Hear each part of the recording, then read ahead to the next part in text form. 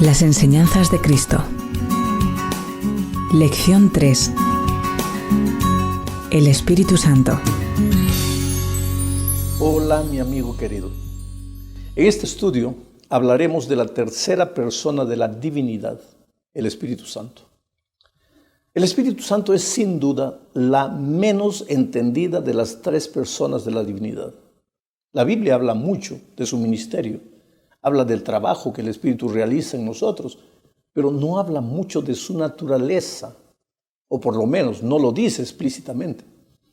Tal vez este sea el motivo porque mucha gente hoy crea que el Espíritu no existe, que el Espíritu es el ángel Gabriel o que es otro nombre para referirse a Jesús. La verdad es que de las tres personas de la divinidad, el Espíritu aparentemente es la más subordinada, la que trabaja sin aparecer, realiza todo su ministerio en favor del ser humano, pero conduce toda la gloria hacia el Hijo.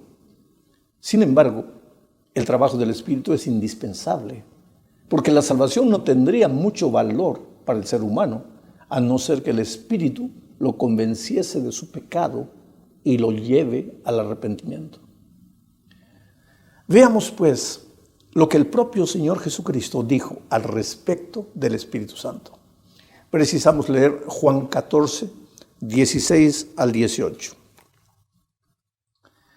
Y yo le pediré al Padre, y Él les dará otro consolador para que los acompañe siempre, el Espíritu de verdad, a quien el mundo no puede aceptar, porque no le ve ni le conoce, pero ustedes sí lo conocen, porque vive en ustedes y estará con ustedes. No los voy a dejar huérfanos, volveré a ustedes. Pues se percibe que en el versículo 16 Jesús ya empieza mencionando a las tres personas de la divinidad. Él dice, yo rogaré. Aquí está presente Jesús, el Hijo, rogando al Padre. El Padre es la segunda persona de la divinidad mencionada. Después Jesús dice, Él os dará otro consolador. No es Jesús, es otro. Tampoco es el Padre, porque el Padre lo da. Es otro. Lo interesante es que la palabra griega parakletos, traducida como consolador, solo es usada en la Biblia para referirse al Espíritu Santo. Y Juan, en una única vez, la usa para referirse también al Señor Jesucristo en su primera epístola. Pero ahora viene la pregunta, ¿por qué Jesús promete otro consolador? Es que hasta el momento en que Jesús pronunció la promesa de la venida del Consolador, Jesús personalmente, había estado con sus discípulos durante 3 años, consolándoles, enseñándoles, ayudándoles a crecer en la experiencia cristiana. Pero ahora el maestro se iba.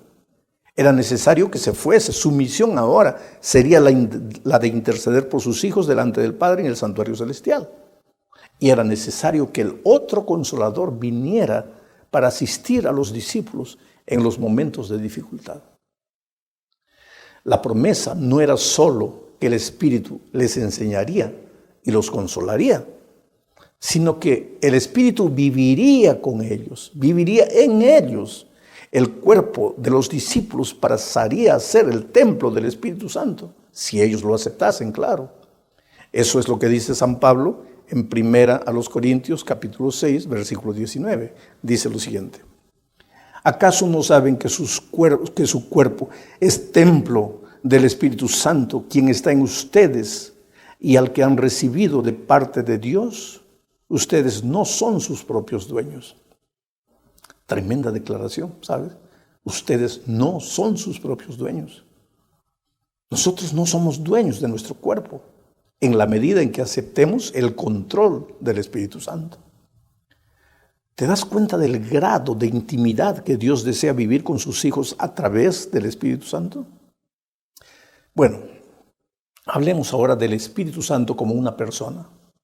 Porque para nosotros la palabra espíritu, en nuestro lenguaje humano, la palabra espíritu nos sugiere como una idea así, como ausencia de cuerpo.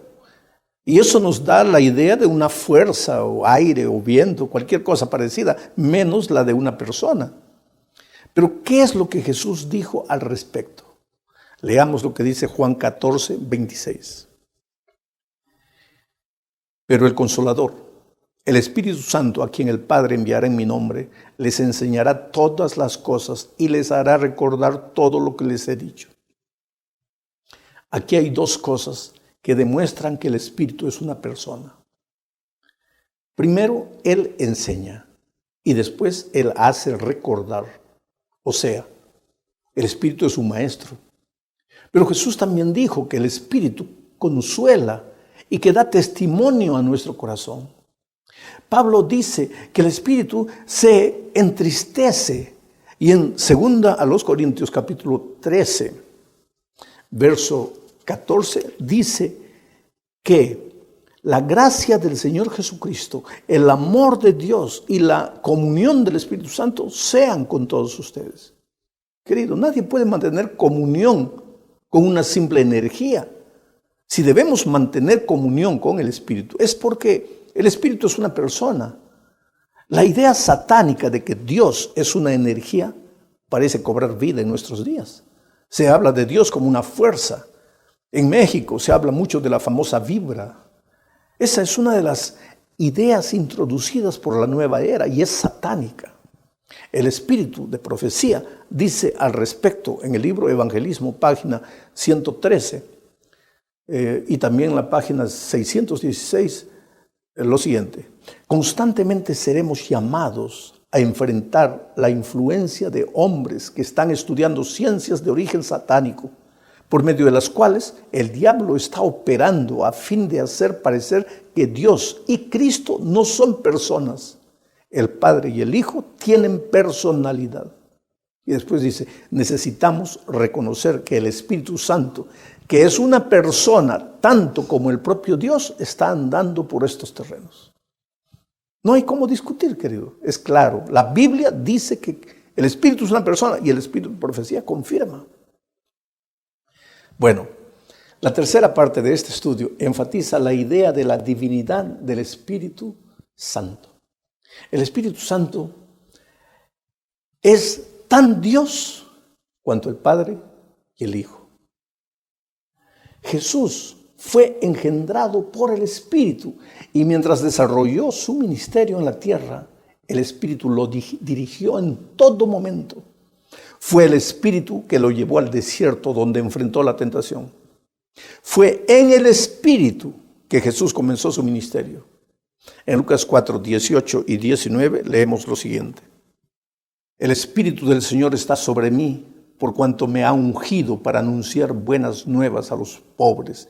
Me ha enviado a proclamar libertad a los cautivos y dar vista a los ciegos, a poner en libertad a los oprimidos, a pregonar el año del favor del Señor.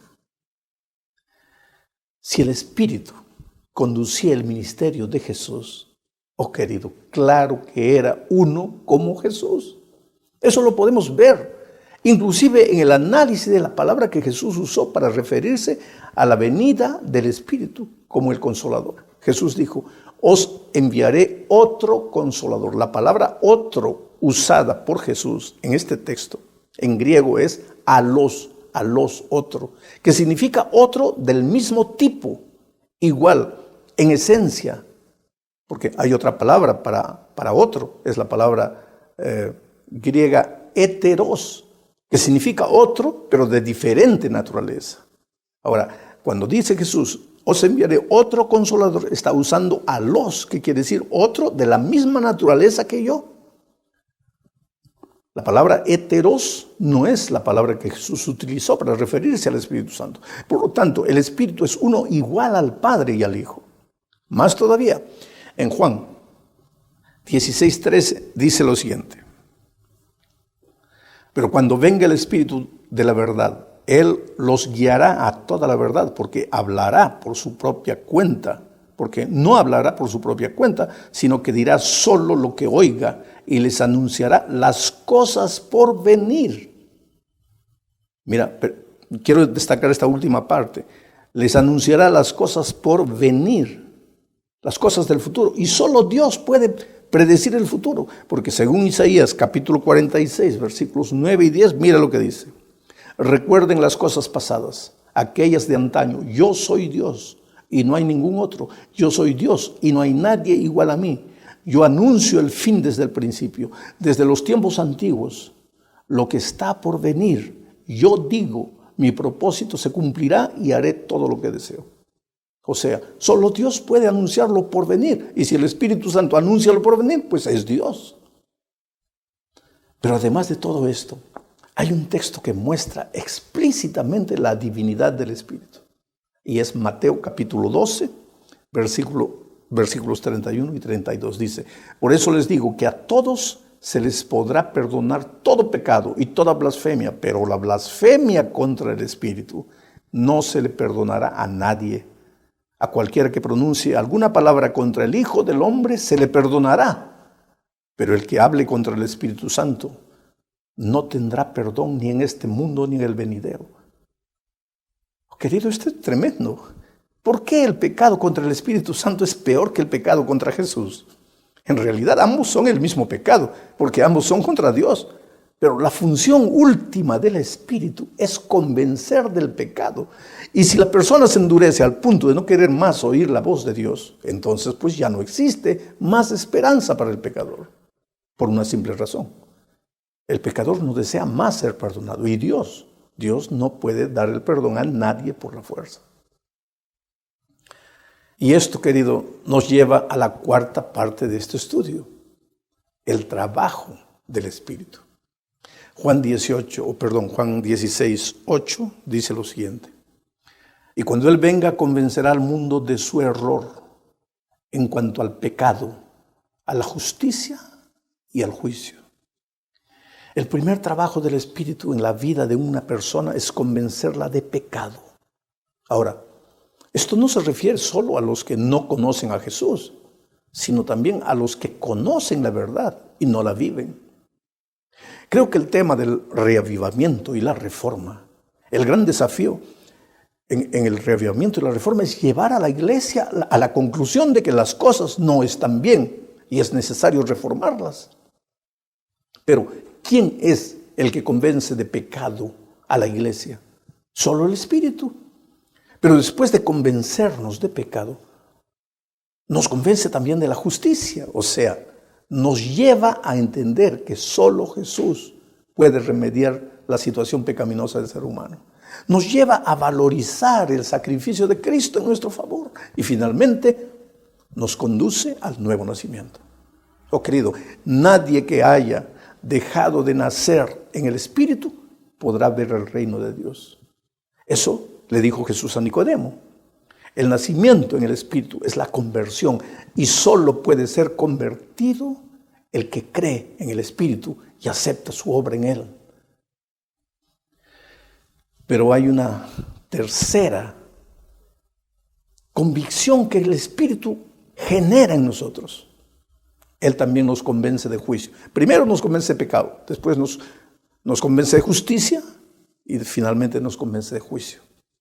Quiere decir, nos muestra las terribles consecuencias de rechazar a Jesús, de rechazar el trabajo del Espíritu. Nos habla de la condenación eterna, pero nos afirma que ahora no hay más condenación para los que están en Cristo Jesús. Los que no andan conforme a la carne, sino que andan conforme al Espíritu. Y ahora, mi amigo querido, llegamos al fin de este estudio mencionando la voluntad del Padre de vernos llenos del Espíritu Santo. El texto que necesitamos leer es Lucas 11, 8 o 9 al 13. Dice, así que yo les digo, pidan y se les dará. Busquen y encontrarán. Llamen y se les abrirá la puerta. Porque todo el que pide recibe, y el que busca encuentra, y al que llama se le abre. ¿Quién de ustedes que sea padre, si su hijo le pide un pescado, le dará en cambio una serpiente? O si le pide un huevo, le dará un escorpión?